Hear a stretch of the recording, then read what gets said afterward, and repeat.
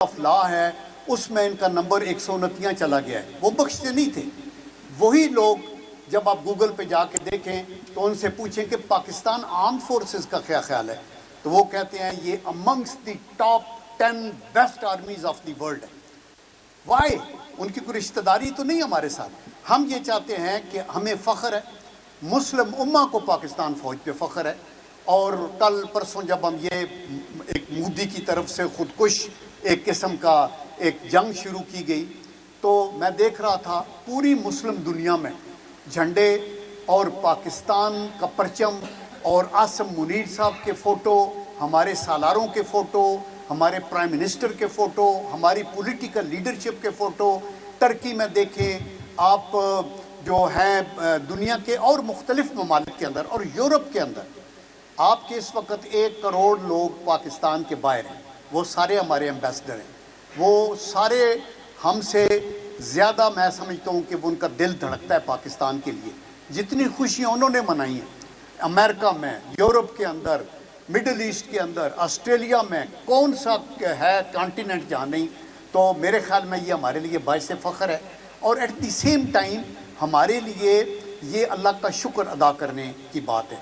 تو آج ایک تو جیسے عزیز اوان صاحب نے بھی کہا, ہم خراج عقیدت پیش کرنا چاہتے ہیں. اپنے شہداء, جانیں بھی ضائع ہوئیں, 41 تقریباً ہمارے سویلین اور 11 سولجرز جس میں اسکواڈن لیڈر بھی شامل تھے جو گراؤنڈ پہ تھے اور ان کو ایک اسپرنٹر لگا اور شہید ہوئے. تو وہ ان کے لیے بھی ہم دعا گو ہیں کہ اللہ تعالیٰ جو ہے ان کی خون کی وجہ سے پاکستان کی سلامتی کی آبیاری ہو رہی ہے. تو میں یہ کہنا چاہتا ہوں کہ دیکھیں اس جنگ نے کیا سبق دیے. پہلا سبق تو یہ ہے کہ ہندوستان کا جو غرور تھا وہ پارا پارا ہو گئے. ان کی آنکھوں کے آگے جو رونق تھی وہ ٹوٹ گئی ہے, اور وہ اللہ کے کرم سے پاکستان جو ان سے 1/3 ہے, جس کے پاس رافیل نہیں تھے, جس کے پاس کوئی ہم S-400 جو دنیا کے بہترین ایئر ڈیفنس نظام ہے وہ نہیں تھا, ان کا ہمارے پاس اسرائیل کا وہ ڈرونز نہیں تھے. لیکن اللہ کا کرم ہے, آپ نے دیکھا کہ رافیل بھی اس طرح گرے جیسے مرے ہوئے کوے گرتے ہیں فضا سے, اور آپ کے پتا S-400 کا بھی ان کا بھرتا بنا دیا گیا. اور جو اسرائیلی جو ڈرون آ کے پورے مڈل ایسٹ کو روب ڈال رہے تھے اور ڈرا رہے تھے, ان کو بھی ایک ایک کر کے یا تو آگے پیچھے جانے دیا گیا جہاں, یا روک کے اس کو کیا. یہ اللہ کا بڑا کرم ہے. یہ ٹیکنالوجی, اس کی وجہ کیا تھی؟ وجہ یہ تھی کہ انڈیا کے اندر ایک پروپیگنڈا تھا, پاکستان قوم گزر گئی, یہ ڈیفالٹ ہونے والا ہے. اور کچھ ہمارے بے شرم لوگ جو پاکستان سے بھاگ کے گئے ہوئے ہیں باہر اس ایجنڈے کو, اس نیریٹو کو ہوا دیتے تھے. فوج کے اندر بھی ہو گیا, سارے خراب ہیں, یہ آپس میں یہ ختم ہو جائے گا, پولیٹیکلی آپس میں وہ غدار ہے, یہ غدار ہے. تو یہ پروپیگنڈا انڈیا میں تو جھوٹ جو ہے وہی بکتا ہے. آپ نے ان کے چینل جو سن رہے ہوں گے آپ نے دیکھا ہوگا, اس جھوٹ نے پبلک کو بھی گمراہ کیا, اپنی کو, دنیا کو بھی گمراہ کیا. اور سب سے بڑھ کے جو ہمیں فائدہ ہوا, انہوں نے اپنی پولیٹیکل لیڈرشپ کو, مودی کا لیول چاہے والے کا ہی ہے. اگر کوئی اسٹیٹس مین ہو, نیلسن منڈیلا ہو سب کانٹیننٹ میں, تو وہ تو کہے گا نو, ہمارے جو ملینز آف پیپل خط غربت سے نیچے رہتے ہیں سارے سب کانٹیننٹ میں بشمول پاکستان, سری لنکا, بنگلہ دیش, انڈیا, یہاں بھوکے لوگوں کا سب سے بڑا اجتماع انڈیا میں. تو میں نے ان کی بہتری کے لیے کرنا ہے. کوئی مسئلہ ایسا نہیں جو بات چیت سے حل نہیں ہو سکتا. تو آئیں بیٹھتے ہیں اکراس دی ٹیبل بات کریں. ہم 3 چیزوں کے اوپر انڈیا سے بات کرنے کو تیار ہیں. 3 تھنگز. نمبر 1, یہ جو انڈس واٹر ٹریٹی, کہ آپ اس پہ مت پنگا لو, یہ بہت سیریس سچویشن ہوگی. اور یہ جو ایسٹرن دریا ہے ان میں بھی پانی چھوڑو, کیونکہ بین الاقوامی جو کلائمیٹ کے رولز ہیں انٹرنیشنل, وہ یہ کہتے ہیں کہ آپ بند تو بنا سکتے ہیں لیکن سٹریم کو بالکل ڈرائی نہیں کر سکتے. آپ نے بیاس کو ریت کا ڈھیر بنا دیا ہے, وہ ایک بین الاقوامی قانون کی خلاف ورزی ہے. بیاس, ستلج اور راوی میں پانی آنا چاہیے. اور نمبر 2, یہ جو ہمارے حصے کے 3 دریا ہیں, اس کے اوپر باگلیار ڈیم اور یہ 1 منٹ میں اڑائی جا سکتے ہیں. یہ ایسے مت کریں چونکہ آپ نے ایک معاہدہ کیا ہوگا. تو پہلی بات ہے کہ ہمارے ساتھ وہ بات. نمبر 2 ہے کشمیر کی بات. کشمیریوں کے ساتھ ہم کھڑے ہیں، ہر دکھ سکھ میں ہم کھڑے ہیں، کیونکہ ہمارے فاؤنڈنگ فادر قائد اعظم محمد علی جناح نے فرمایا تھا کہ ہم دنیا کی اوپریسڈ اور سپریسڈ نیشن، خواہ وہ فلسطینی ہوں یا کشمیری ہوں یا سکھ ہوں یا کوئی اور یا کرسچین ہوں یا کہیں ہندوؤں کو ساتھ زیادتی ہو رہی ہو، ہم ان اصولوں کے اوپر یونائٹڈ نیشن کے چارٹر کے مطابق ان کے ساتھ کھڑے۔ دوسری بات یہ ہے کہ کشمیر کے اوپر ہم بات کرنا چاہتے ہیں۔ کشمیر ہی ساری وبا اس کی ادھر جڑ ہے۔ آپ چونکہ آپ نے ان کو رائٹ آف سیلف ڈٹرمینیشن ہی دیا، کشمیریوں کو آپ کو حق دینا پڑے گا۔ 77 سال تک اگر آپ ان کو نہیں دبا سکے تو آپ آئندہ بھی نہیں دبا سکتے، آپ کو پتہ ہونا چاہیے۔ اور تیسری جو بات ہے وہ ہمارا پوائنٹ ہے کہ آپ پاکستان میں دہشت گردی نہ کریں۔ یہ اپنے طور پہ اپنے پوائنٹ میں دہشت گردی شامل کرتے ہیں۔ دہشت گردی کا سب سے بڑا نشانہ پاکستان ہے۔ ہم نے 80,000 سے زیادہ لوگ ہمارے لقمہ اجل بنے، شہید ہوئے دہشت گردی کی اس کے اندر۔ تو ہم یہ چاہتے ہیں کہ یہ کلبھوشن یادیو کا جواب دیں، یہ ادھر کیا کر رہا تھا، اور آپ نے ہماری جعفر ایکسپریس کا کیا ہوا، اور آپ کا جو سمجھوتا ایکسپریس کے اوپر ہم ڈبے جلائے اور 65 لوگوں کو جلا دیا، اس کا کیا ہوا۔ مودی جب دہشت گرد تھا گجرات کے اندر تو 2000 مسلمان جلائے گئے، اس دہشت گردی کو بھی ملاؤ۔ اور بیٹھ کے ہم دیکھیں کہ RSS نے کتنا ظلم کیا آگے پیچھے۔ آپ کے ڈیفنس منسٹر نے یہ کہا کہ ہم نے گھس بیٹھ کے 20 لوگ جو ہیں وہ شہید کیے ہیں پاکستان کے اندر۔ آپ پکڑے گئے تھے کینیڈا میں، آپ پکڑے گئے تھے امریکہ کے اندر، اس کا جواب دیں اور بیٹھ کے لیٹ اس سی کہ کون دہشت گرد ہے۔ تو یہ تینوں چیزیں ہیں کہ پانی کی ایگریشن اور کشمیر اور یہ وہ، اور 3 چیزیں ایسی ہیں جس کے اوپر بہت ہائی لیول کی جنگ شروع ہو سکتی ہے، جو تباہی و بربادی لا سکتی ہے، جو ہم سمجھیں گے کہ ہماری پیٹھ کو دیوار سے لگایا جاتا ہے۔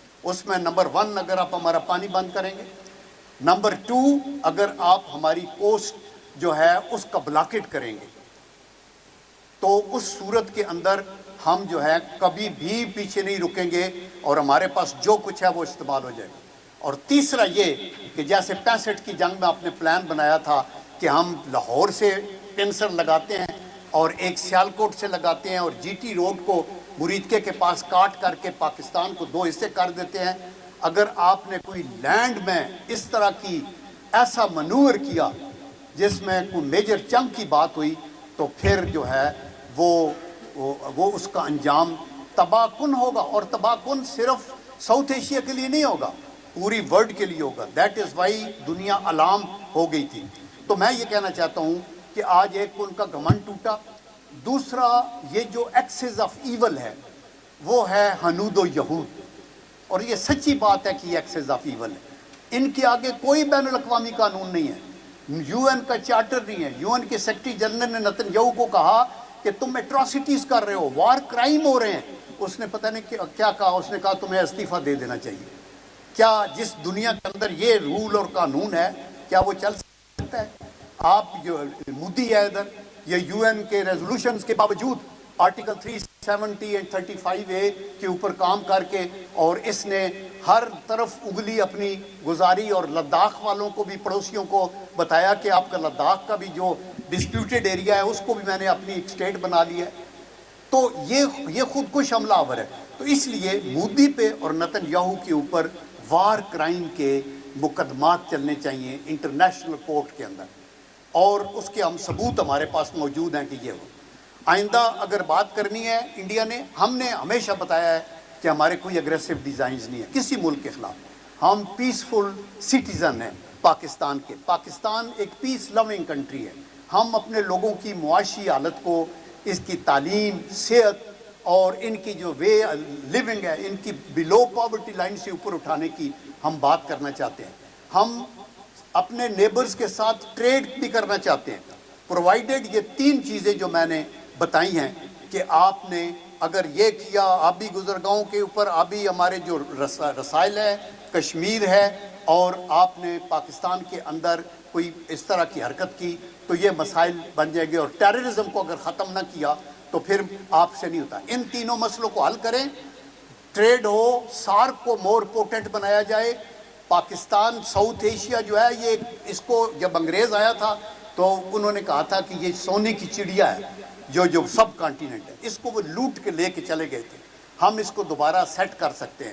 لیکن ایک دفعہ میں نے مودی کو بھی سنا تھا کہ ہم جنگ کرنا چاہتے ہیں لیکن پاکستان سے نہیں، ہم غربت سے جنگ کرنا چاہتے ہیں۔ تو میں بڑا خوش ہوا کہ کاش کہ یہ اس کو، لیکن اس کی سوچ محدود ہے، اس کا عقل محدود ہے۔ ساری باتیں کرنے کے باوجود اس نے یہاں میزائل داغ دی۔ اس نے پہلے دن جب یہ ہمیں الزام لگایا اس کی کوئی فورنزک ٹیسٹنگ نہیں ہوئی، کوئی انویسٹیگیشن نہیں ہوئی، کسی قسم کا کوئی ثبوت نہیں ہے۔ ہم جائیں انویسٹیگیشن کے لیے تیار ہیں، اور ان کے اندر اتنی رعونت تھی، اتنا غرور تھا کہ اس نے کہا دیر از نو کوشچن، اور رات کو انہوں نے ادھر کچھ نہ کچھ میزائل کھڑکانے شروع کر دیے، ادھر سے ان کو جواب رات ہی کو ایئر بیٹل میں مل گیا۔ رافیل جہاز جو ہے آپ دیکھیں Su-30 top of the line جہاز ہے رشیا کا، اور اس کی قیمت ہے $45 ملین، اور یہ جو رافیل ہے یہ $290 ملین۔ آپ ایک رافیل گرائیں تو آپ نے 5 دنیا کے بہترین Su-30 گرا دیے، آپ نے 3 رافیل گرائے، آپ نے 15 Su-30 گرا دیے۔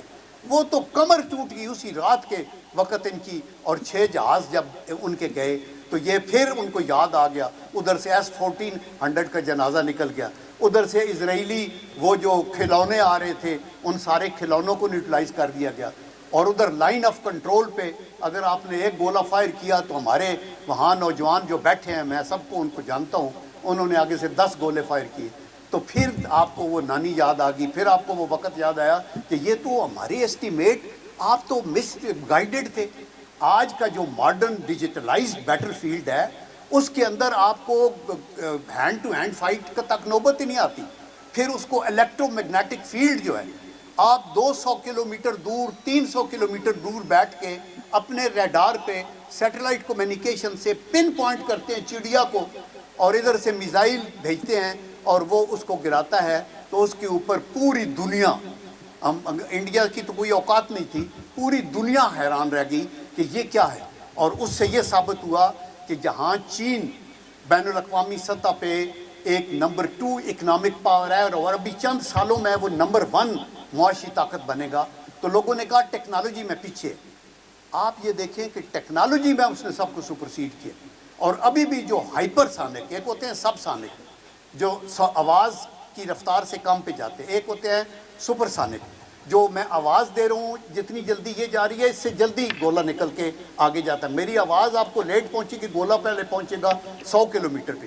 ایک ہے ہائپر سانک، آپ کے پاس جو AL-15 PL-15 جو جہاز ہیں، جو راکٹس ہیں، وہ تقریباً آدھے گھنٹے میں 15,000 کلومیٹر پوری دنیا کے کسی کونے پہ وہ جا سکتے ہیں۔ تو آپ یہ تباہی چاہتے ہیں؟ ہمارے غوری اور ہمارے میزائل، ہم نے تو یہ جو کچھ دکھایا ہے انڈیا کو، یہ صرف ایک ٹریلر تھا، یہ ٹپ آف دی آئس برگ تھی۔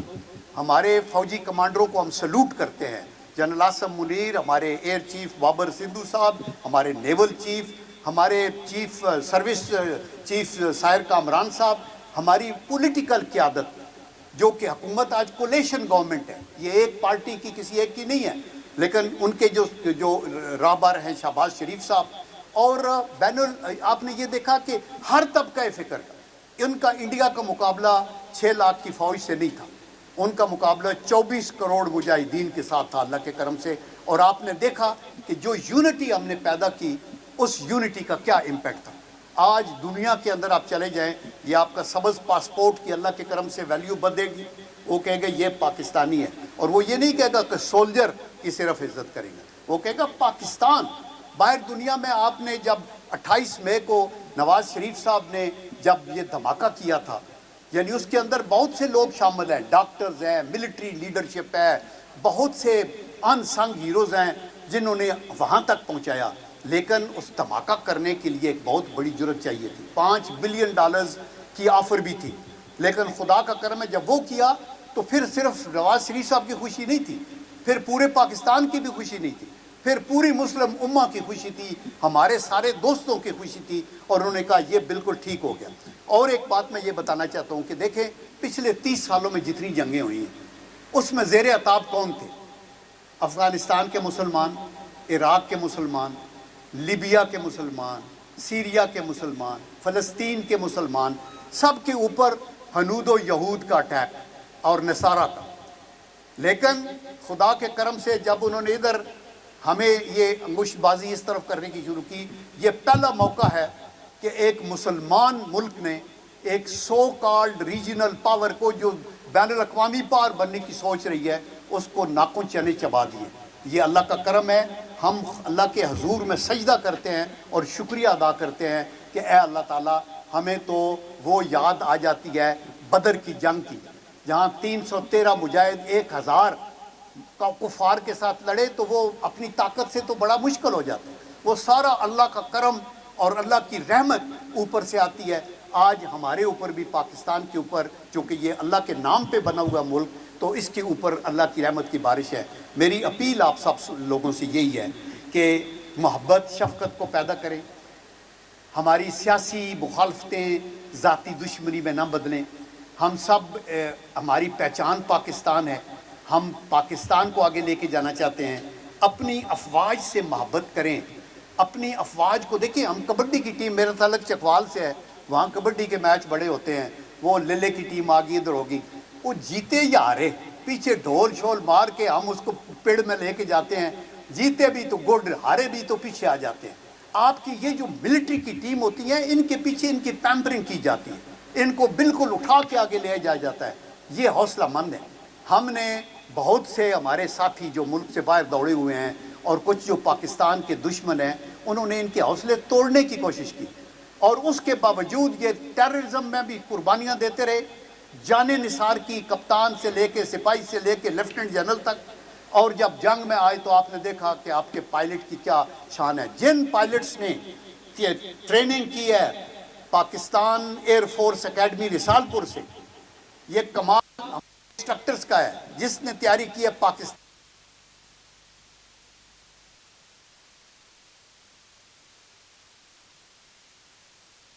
جب ایسٹ پاکستان تھا تو 65 کی جنگ ہوئی تھی تو یہاں سے ٹرینڈ ہوا ہمارا ایک مرد مجاہد جو ہمارا ہوا باز ایم عالم، اس نے 65 کی جنگ میں 1.5 منٹ میں 5 انڈین جہاز گرا دیے تھے. آپ سوچیں اس وقت ڈاگ فائٹ ایسے ہوتی تھی. تو یہ ٹریننگ اور ٹریننگ کن کی؟ پاکستانیوں کی. اور پھر آپ کے جو لوگ ہیں dedicated tri service, sailor, airman, soldier, ان کا کوئی مقابلہ نہیں ہے. تو دیر فور ایک تو ہمیں ان کو اور مضبوط بنانا ہے. تو میں آخر میں آپ کے کوشچن بھی لوں گا، لیکن میں یہ کہہ رہا ہوں کہ ہمارے لیے آگے سوچ کیا ہے. دیکھیں ہمیں رکنا نہیں ہے. یہ مشکل دنیا ہے. اس دنیا میں ایک نیوکلیئر پاکستان کا سروائیول جو ہے وہ ایک بڑا ایک ایریٹنٹ ہے بہت سے لوگوں کے لیے. یہ کانٹا ہے. اور پھر سی پیک آپ کر رہے ہیں. چین اور امریکہ کی دشمنی ہے. وہ نہیں چاہتے کہ ہم چین کو اوپر سے نکل کے تو گلگت سے اور وہ اسٹریٹ آف ہارموز میں فوری طور پہ پہنچ جائے. وہ تو ایک اسٹریٹجک فائدہ بھی ہے، اکنامک فائدہ بھی ہے. تو آپ نشانے پہ ہیں. خدا کے لیے آپ ابھی منزل ہماری آگے ہے. بہت منزل ہے ہماری معاشی خوشحالی، منزل ہے ہماری پیسفل کو ایگزسٹنس. وہ کہتے ہیں نا کہ آپ اب منزل کے قریب آ کے سو جائیں کہ ہم نے بڑا مارکا مار رہی ہے یہ وہ، تو منزل دور ہو جاتی ہے.